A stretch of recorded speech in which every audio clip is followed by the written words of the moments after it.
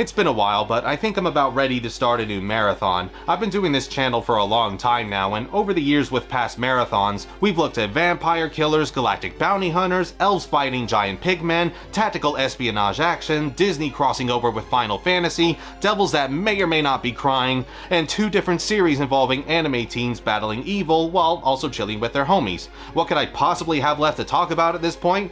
Oh, I still have lots to talk about. I can keep going for a long time, but I think in this instance, we need to go back to the basics. And by that, I mean go over one of the most popular genres ever since gaming really took off, platformers.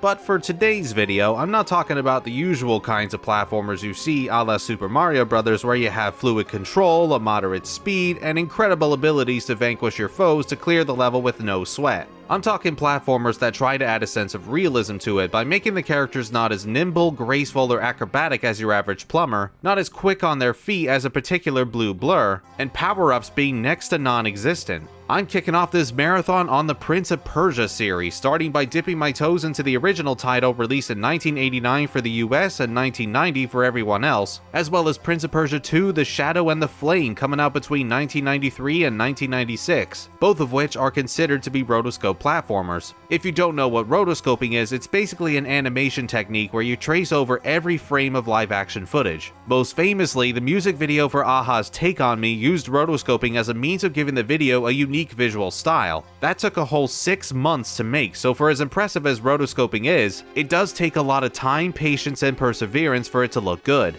Prince of Persia series creator Jordan Mechner traced over footage of his younger brother in white clothes doing all sorts of gymnastics in order to animate the hero. That'd probably be very suspicious if he tried to do it nowadays, but I guess if his brother consented to it all to begin with, then we shouldn't have a problem. Isn't that right, Mr. Mechner?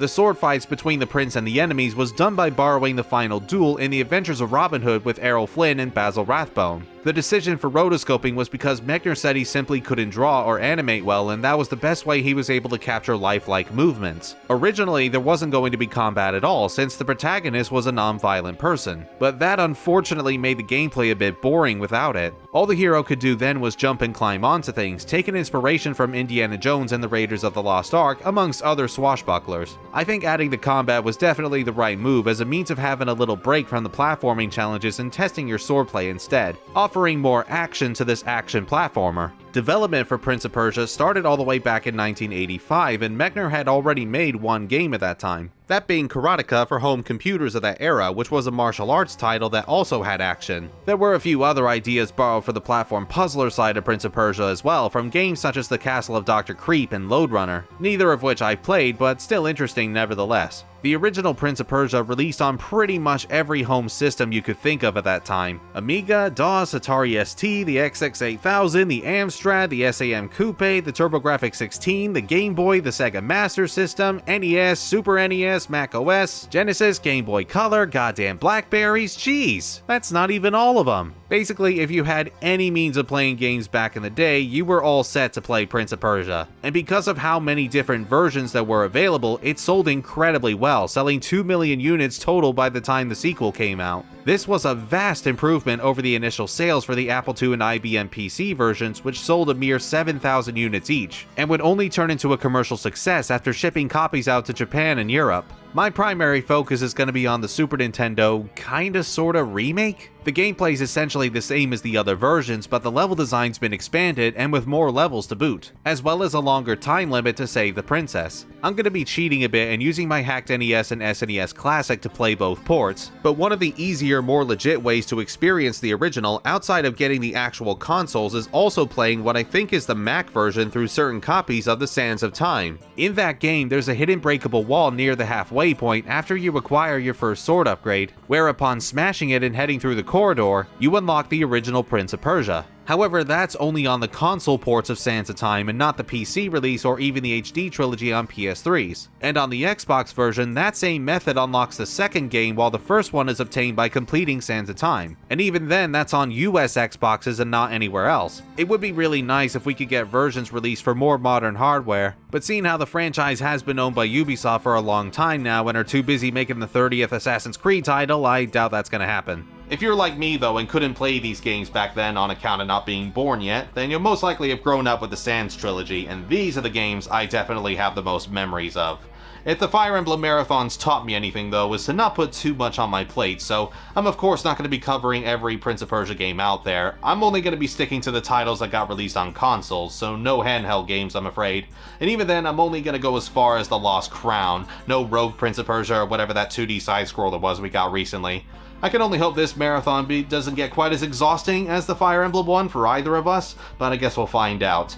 And if you're still expecting me to talk about every single version of the original Prince of Persia, then you can go jump in a ditch. The story of Prince of Persia, like many other games of this age, is dead simple. In medieval Persia, the Sultan is off fighting a war over yonder, but the evil vizier Jafar has taken over in his absence. Yes, the vizier is actually named Jafar and we're in ye olde Arabia, but Disney has a few years yet before that changes. The only thing stopping Jafar from becoming the true ruler of Persia is the Sultan's unnamed daughter, who Jafar locks in a tower and forces to become his wife, or she'll die from a curse he placed on her within 60 minutes, or 120 minutes in the SNES version. The princess already has a love on top of this, and it's us, the player, as this protagonist who also doesn't seem to have a name, so I'm just gonna call him Jim. Our hero is Jim, ladies and gentlemen. Jafar knew of the princess's secret crush, however, and threw Jim into the dungeons, so now we have to escape to not only rescue ourselves, but also save the princess from dying to the curse. As I say, really straightforward and largely influenced by classic Arabian folktales, but even without that, it's always a perfect setup for a video game anyway. We start off in the dank dungeons and progressively make our way to the top of a tower where the beautiful lady waits for us, and we have to stop the big bad guy to save the world. It's a formula that hardly ever gets old, but the gameplay of Prince of Persia is anything but formulaic, and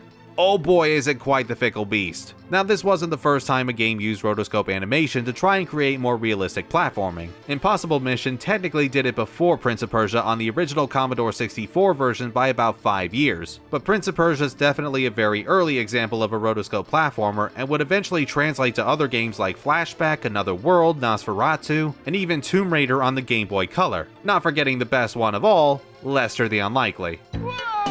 Forget about everything you've learned from more mainstream platformers because this is entirely different. Everything Jim does has weight, momentum, and wind up to it. You can't jump terribly far, not to mention you're committed to only one direction when you jump. It takes Jim longer than most protagonists to climb onto ledges. You have to carefully drop down by turning 180 degrees and hanging onto ledges before letting go, and falling from too great a height will instantly kill you, which trust me, that will happen a lot. You cannot afford to blast through this game. You have to be as slow and methodical as possible, which I know is going to be such a drastic change for anybody coming in from the Sans trilogy onwards that's all about fast parkour and keeping the flow going. To use Tomb Raider as an example again, you could think of it like the old school titles but on a 2D plane. Though no matter how well designed you make the game, playing this way in today's society is going to be an acquired taste. This was made during a time where developers didn't want you to beat their game during a rental period. They wanted you to keep trying these stages over and over again until you've absolutely perfected them. As a result, no matter the version, Prince of Persia is pretty friggin' hard. You aren't just dealing with platforming challenges, but also traps that you have to look out for. No idea why the Sultan has these contraptions to begin with, or why his palace is laid out the way it is, but it might be for the best we ignore that, lest we find out what's really underneath that turban. Much like falling from too high up, the traps will kill Jim in one hit if so much as his ankle touches it, except for spikes, where for some reason slowly walking through them is perfectly okay.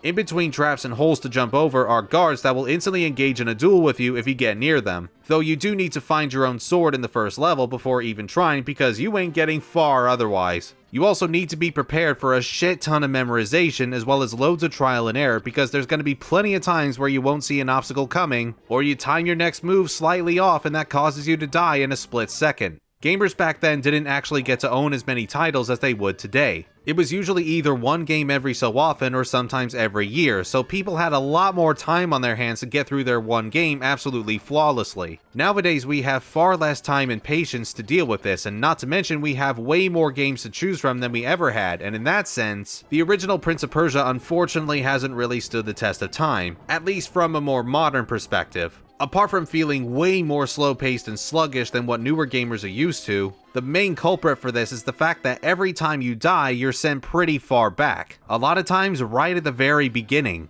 Checkpoints are few and far between, and what's worse is that the time you just spent on your last attempt carries over to your next attempt, meaning less time to rescue the princess. It doesn't reset, which you can see for yourself by pressing the Y button to bring out the timer. You either clear the stage in as few attempts as possible, or you just let the princess die. The SNES version at least has a password system which does reset the timer to when you first reach the level, but assuming you don't want to lose too much time, that basically means having to redo the whole stage again. Thankfully though, you don't have to input the password upon every reset unless someone else is playing or you want to access an earlier level. Pressing the continue option writes out the password for you and you can carry on from there. Pretty generous for an old game like this. However, this is one of the big reasons I decided to play Prince of Persia on my hacked SNES Classic, because I can use save states to soften the blow by a hell of a lot. Call me a cheater if you must, but man, you try dealing with some of this bullshit. Jumping across gaps that are a life or death situation, outright leaps of faith across different screens, Jim having to regain his footing after every jump, on top of the jumps having some sort of delay to them if it even works half the time, and combat that's a complete crapshoot for the most part. Balls any of that up even once and you're back to your last checkpoint. Or even worse, the princess dies because you took too long to reach her. Not to mention, no map. Yep, it's one of those old school titles, though to be fair, maps still weren't quite the norm for gaming yet at this time. For SNES titles at least, this one's come out a little after A Link to the Past, but a couple years before Super Metroid, so we're kind of in a bit of a weird transition right now. I did my best to play through the stages in one go as initially intended, and I managed to do so with the first couple of stages, but by the 15th or 20th try for the third level where I was going through the same sections over and over again, I got really tired of doing them and learned that save states are going to be my best friend. Yes, you can learn the stages little by little and slowly inch your way to victory with each new life, but you're also likely going to get frustrated having to replay everything you've already gone through the last dozen or so times. And when you're frustrated, your skills start to wane a bit and make you screw up more. This is not a game you play in long sessions if you're doing this right out of an actual cartridge. It's best to do this in short bursts. There's always a huge sigh of relief whenever you finally finish a level, and for me at least, it isn't usually the satisfying kind by beating a tough but fair challenge. More than I'm just glad I'm one step closer to the end, which is not a good sign.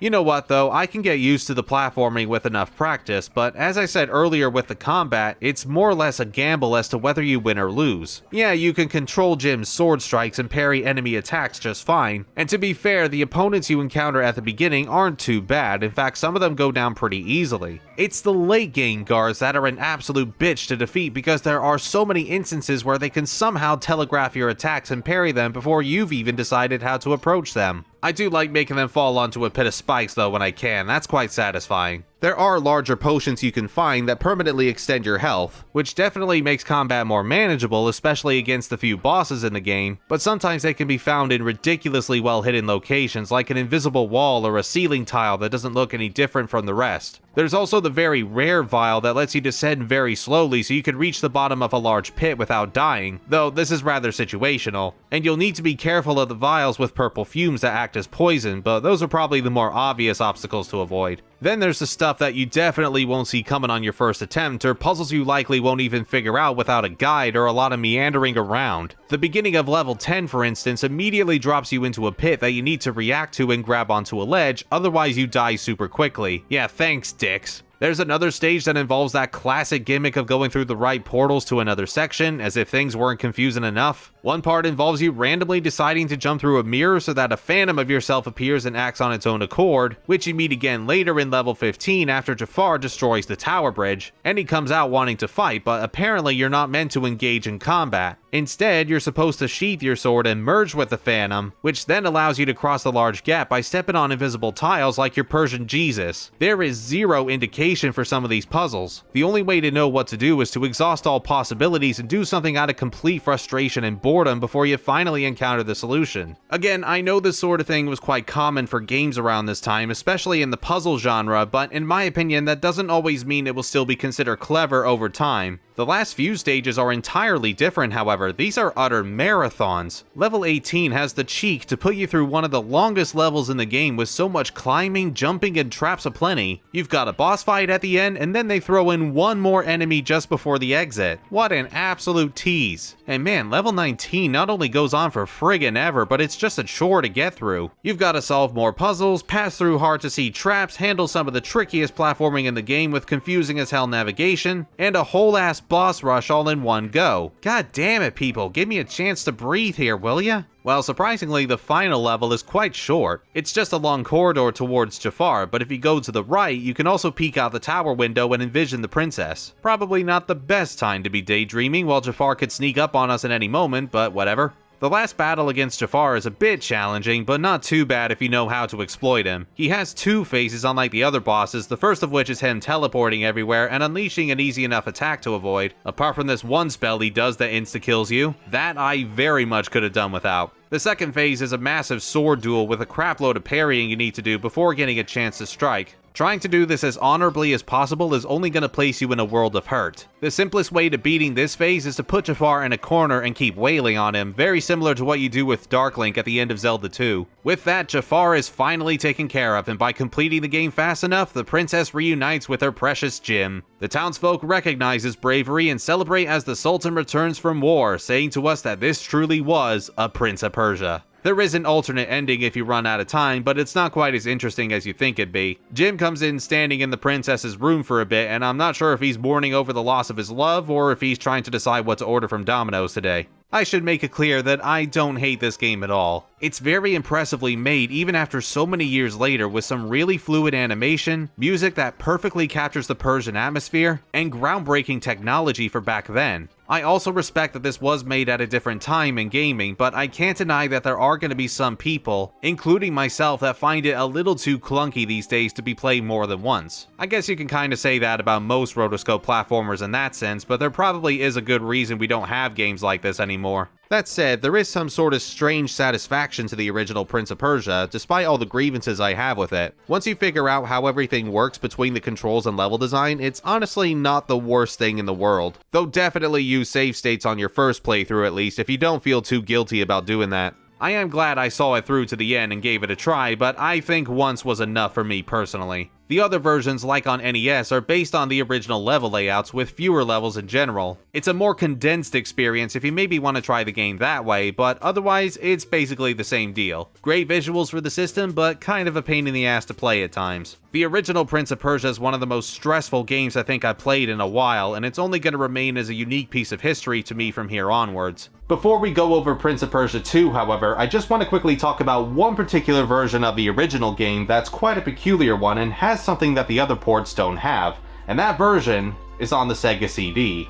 Ah yes, we're finally getting a glance at a Sega CD game. If you don't know what this is, it was basically a more advanced Genesis that moved on from cartridges to these fancy CDs that were able to produce better graphics, sound, and more importantly, full motion video, which developers at the time really loved to take advantage of. It's cutting edge for the era, but nothing that special now, and the FMVs are compressed to hell, which doesn't make things a whole lot better. But the Sega CD did have a few classic titles like Night Trap and of course Sonic CD, my personal favorite in the series. As for Prince of Persia, the Genesis did already have its own port, though Jordan Mechner was actually quite upset in regards to its cover art. Having a Luke Skywalker lookalike about to ruthlessly kill a black guard didn't exactly bode well with him. The game itself was otherwise fine, but maybe the Sega CD version can one-up it in some way. And by that I mean let's put in some cutscenes with full-on voice acting and give it a bright and colorful anime look, because somebody out there said they wanted to see Prince of Persia turn into an anime. Being released in the 90s, it is also every bit as cheesy as you can imagine. The animation is very limited, the dialogue is incredibly basic, like Jafar calling Jim an insignificant fool. You insignificant fool. And yeah, the English dubs are hilariously bad. Princess, please return to your quarters at once. What do you want? Stop it! Leave me alone! Princess! Everyone sounds as if they're doing a vocal warm-up before they start doing an actual take, but the devs thought that was good enough for some reason. Inflections are off at times, Jafar gets called Jaffa like Jim's talking about a Jaffa cake. Jaffa! And the princess doesn't sound especially interested in being rescued. My brave hero. The gameplay is pretty much the same as the other ports aside from the SNES release, so there's not a lot to discuss on that end. But definitely look this up on YouTube or play the game yourself if you're that curious. The cutscenes make this one of the better versions just for the entertainment value alone in my opinion. So that just leaves us with the second game, Prince of Persia 2: The Shadow and the Flame, first releasing in 1993 for DOS computers, then coming out for Macs in 1994, and finally an SNES port released in 1996 by Titus Interactive. Yes, that Titus Interactive. I'll go more into that later. Either way, that's far fewer versions compared to the original Prince of Persia, which resulted in fewer sales altogether. Around 750,000 units compared to the 2 million the first game sold. The SNES port also probably didn't help with that because the translation to a console was extremely poorly done by Titus. But again, we'll come back to that. In general, I had the bitchiest time getting this game to work. So first I tried using a DOS emulator within RetroArch since I don't own a DOS computer myself, which had mixed results depending on the settings, but eventually I made it match as closely as I could to the DOS version. All was going well and I recorded footage for a couple of hours, until I got to one of the cutscenes where you receive your father's sword and the emulator didn't seem to like where the story was going, so decided to completely freeze the entire thing.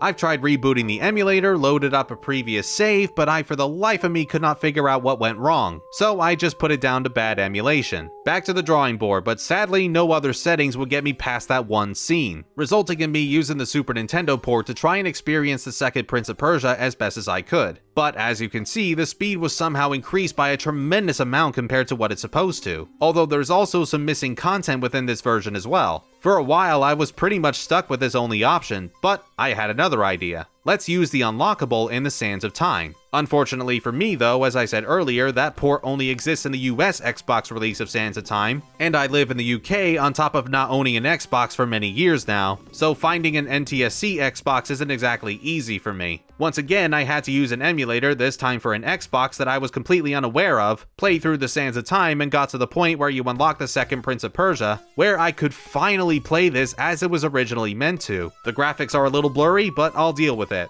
This was a major pain in the ass to put up with, but now that I've got a stable port I can talk about, let's begin with the story. So what's nice is that the sequel actually has some proper cutscenes unlike the last one. Not animated like the Sega CD version, but it sort of treats them like you'd see in a storybook, which fits pretty well with the Arabian fairy tale vibe going for these titles. We get a brief recap of the first game's plot of Jim escaping the dungeons, defeating Jafar, and rescuing the princess, with the Sultan offering riches as a reward, but the only thing Jim wants is a hot babe to call his wife. And you know, being the Prince of Persia is a pretty neat bonus too. The royal couple have been married and living happily for at least 11 days, but one morning as the prince heads into the throne room, a sudden chill passes by him and the eyes of the court look at him very peculiarly, including his new wife who now sees him as a beggar. Turns out there's another prince who looks exactly like the one we know and orders the guards to capture our prince, and the game wastes no time in telling us that it's really Jafar using a spell to disguise himself, although how nobody saw him change form for a brief moment there is beyond me. So the prince has to escape the palace, killing his own guards along the way because that's sure to make you look innocent. Somewhere Lara Croft and the Angel of Darkness is taking notes. The prince ends up fleeing on a boat and later envisions a woman asking him to come to her, but Jafar somehow finds out where the prince is and causes the ship to sink by summoning lightning, leaving him washed ashore where within the mysterious caves he finds, he runs into a magic carpet which then takes him to some ancient ruins. Deep within, the prince locates what looks like an old throne room, where a brand new sword lies on the ground and the woman from earlier pops up again. She says that she's the prince's mother and that he's of royal lineage, with the sword he just picked up previously belonging to his father, both of them having sacrificed their lives for their boy against what she calls the armies of darkness. Gotta love this bit here afterwards as well, where instead of saying something like be a great prince, stay true to your kingdom, with great power comes great responsibility, she asks the prince to avenge her and his father, just going straight to violence like kill them all my son, I want to see them bleed. Meanwhile in the princess's room, Jafar quite instantly reveals to her that he's been disguising as her husband, and once again puts her under a death spell that the prince has to break by defeating Jafar.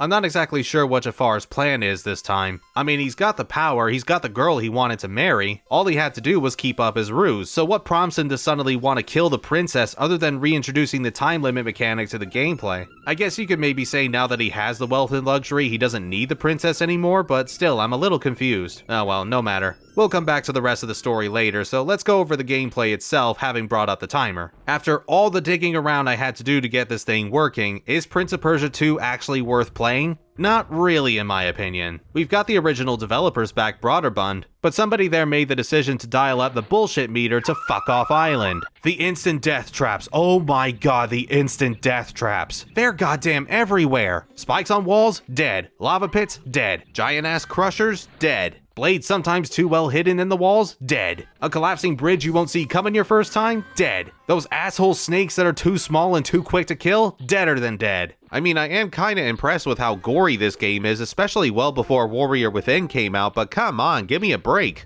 It's sort of like how Fire Emblem Radiant Dawn plays out. The second game pretty much assumes you finished the first one, and the levels at the beginning can be just as hard as some of the late game stages from the original. The literal first screen you take control, there's a guard waiting to ambush you. No time to familiarize yourself with the controls, it is go go go as soon as you start. Let that give you an idea on the amount of torture you have to deal with in this game. Combat as a whole is way more common than it was in the original as well. Don't be surprised to find at least a few screens in each stage containing 1 or 2 enemies at a time, maybe even more in the case of these birdmen you run into in the later areas. The swordplay is basically the same as it was last time, but the types of enemies have been changed a little bit. And by that I'm mainly talking about the snakes I mentioned earlier, and these godforsaken Medusa heads that have some of the weirdest friggin' hitboxes I've ever seen. My sword just goes right through them half the time. What you're meant to do when you finally hit them is keep somewhat of a rhythm going until they die, since the Medusa heads take a little time to float back towards you. And it's not impossible to do so, but again, the hitbox is so awkward that sometimes you'll find yourself missing attacks when you clearly didn't. And good grief, don't let them latch onto you either, because there's a definite chance they will drain a ton of your health. And that's with the returning health upgrades you find in spots that are thankfully not quite as well hidden as before. If you're really unlucky, the Medusa head might even take away all of your health, and that's just fun, isn't it? The snakes are equally as frustrating, if not maybe a little worse, because it only takes one bite for them to kill you. Doesn't matter how far you got in the level, these bastards will make sure to ruin your day. You can slice them in half, but you have to time your sword strike absolutely perfectly. I'm talking the exact frame. Swing too soon, you're dead. Swing too late, you're dead. But the snakes are so damn quick to react while you whip out your sword like it's a fucking yoga move. The middle portion of this game, I would argue, is actually the most brutal, and it's primarily because of these snakes and the Medusa heads sucking away any sense of enjoyment you may find and replacing it with anger and nausea. I don't feel triumphant killing these things, just relieved, though also paranoid, because that means if I screw up the platforming, I'd have to fight them all over again. The birdmen were a little easier to handle, but only after I found out holding up lets you block more rapid attacks. I didn't play this version of the game until quite some time after I had already finished the original Prince of Persia and the SNES port of 2, so my memory of how best to deal with combat was a little rusty. Don't do what I did and thought tapping up was the way to go. Trust me, you're gonna have a really bad time with the last few levels if you keep doing that. And there are no save states to help me this time. For some reason the ZEMU Xbox emulator doesn't have them. I had to play this more legitimately, and thankfully there were still checkpoints like in the first game, but again, they're somewhat far apart from each other. The last part of the game gets super trippy, and this is after already seeing magic carpets and a horse statue come to life that takes you to another temple. At the end of these red ruins with all the bird people, we see this big ass flame flickering away that obviously kills you if you die, but there's no other way to go, so what do? Well, obviously you need to let yourself die from the birdman that's nearby. Then after a bit of time passes, your shadow from the first game comes out of your body, absorbs the flame, and fuses with you again to restore your life, where the rest of the bird people are now bowing to your presence. By the way, this is the first time in this game called The Shadow and the Flame that the actual shadow and flame appear. They don't even mention them in the cutscenes. I have no idea what sort of significance these two hold in the story when it's mostly just us trying to stop Jafar. But speak of the devil, we head back to Persia and face him with our new powers. However, Jafar has one more trick up his sleeve by using a spell to put us in this weird as hell dream sequence with chess pieces, giant spiders, and clones of Jafar still disguising as the prince. To even defeat Jafar though, you need to have enough health upgrades to transform into your shadow form now covered in flames. The maximum you can get is 12 this time, but honestly I don't know if you need that much to do it. Still though, I can only assume that's basically a dead game if you're too low, and that's just cruel. To top that off, in order to turn into your shadow form, you also need to somehow know to hold the walk button, and then switch the prince left and right so that the shadow can get out of his body once more. This then allows you to take control of it and finally kill Jafar with a fireball attack you suddenly have too. Who the fuck was going to figure that out without internet back then? Jafar himself is a big old coward otherwise, he just keeps running and climbing in a circular pattern until you catch him. They kinda want you to kill him at the upper parts of the stage, but I managed to get him at a lower level by just a hair. You also only have one shot to hit him with the fireball. If you miss, then he'll have no problem heading your way and killing you instantly, so you need to be careful. When you finally do manage to beat Jafar, this at last kills him for good as he's set ablaze while he does one of the most blood-curdling screams I think I've ever heard in a video game.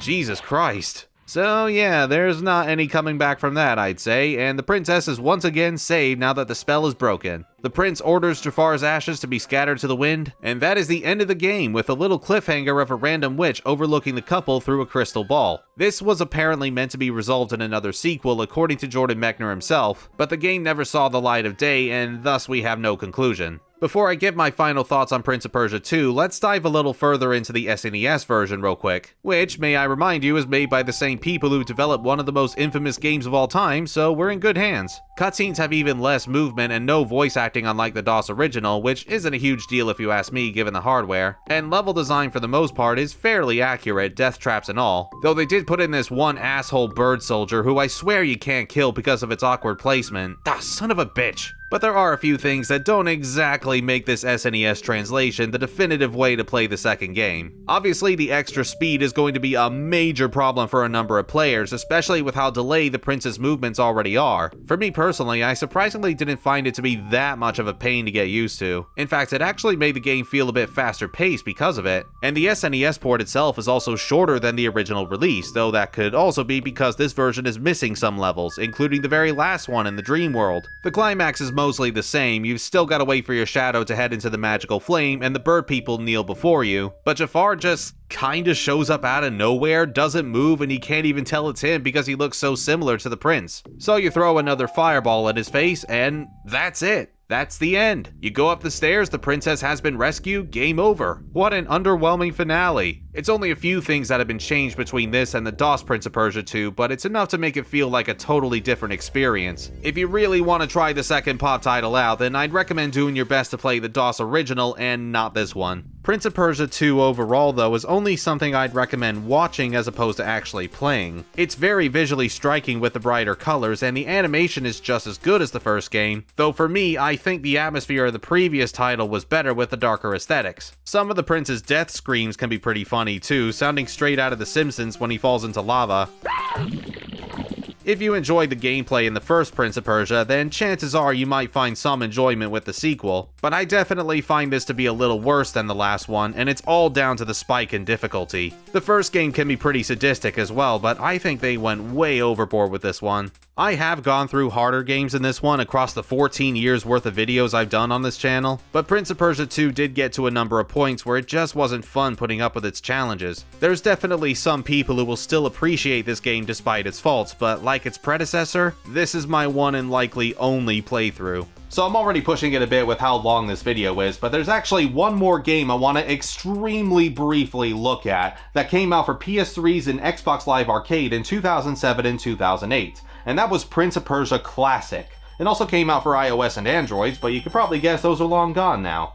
I do mean it when I say I'll be as fast as I can with this because there's really not a lot to mention here. Prince of Persia Classic is a one-to-one remake of the original Prince of Persia, and I'm not talking about the way the SNES version handled it by adding new levels and altering others. No, this is an exact copy of the very original game with no changes to the layout, but updated graphics and new mechanics to make it a little easier to grasp for newer players. The graphics are actually probably the least impressive thing about this nowadays though, as it mainly borrows assets from the Sands of Time, which has a bit of a different art style compared to the old school games and may turn away the purists. Even without that, however, it just comes across as a little bit lazy, and some of the sound effects and voice clips that are used are also directly ripped from the Sands of Time.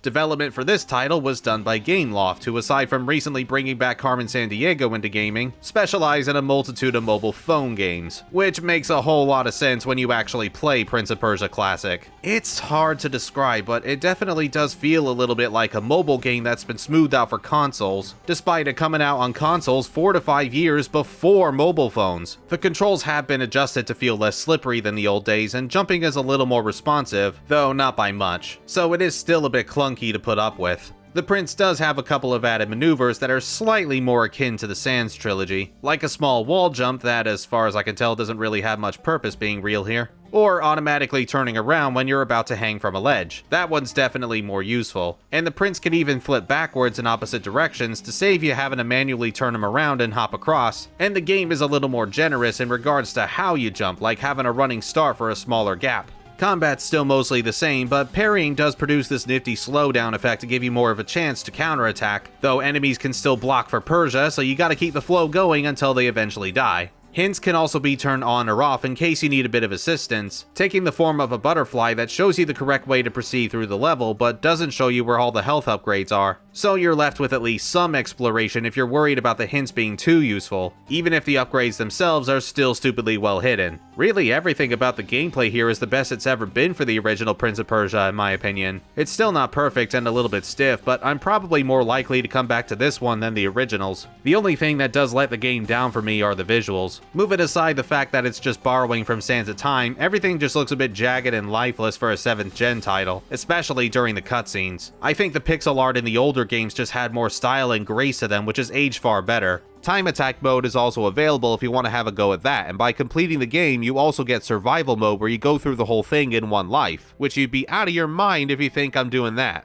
Can I recommend you play this as a whole then over the original Prince of Persia? Well, I guess it all depends on what you're looking for. If you want better atmosphere, then consider getting the SNES version or any of the other umpteen ports. If you just want better gameplay, which I don't blame you honestly, then maybe go for Pop Classic. It is still available on Xbox and the old PSN store for about $10 or $6.75 in my case, so it's not asking for a lot at least. As I said at the start of this video, rotoscope platformers are something I think most gamers will either tolerate or they won't. It's mostly a dead genre for a number of reasons, and I personally find them to be somewhat of a struggle, but it has been interesting to see how the Prince of Persia franchise began before Sands of Time onwards turned it into the marvel it is today. Well, we technically still have one more game to go before we reach that turning point in the marathon anyway, and it's not great, it really isn't. Even people who enjoyed the previous two games can't say this one is objectively good. It's Prince of Persia 3D, or Arabian Nights if you're playing on the Dreamcast. The series first jumped to 3D, those always end up going well, don't they? My next video is going to be a bit different, not necessarily going over a game, but a console, and it's undoubtedly my favorite of the lot. I'm going to be doing a retrospective of the PlayStation 2 as I share some of my greatest memories with this thing. I hope you all enjoyed this video and that you'll enjoy this one, and I'll see you soon.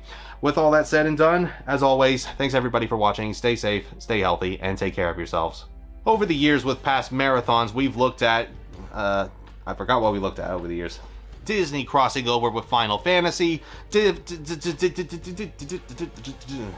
if you're still as always, stay down. Not necessarily talking about a game.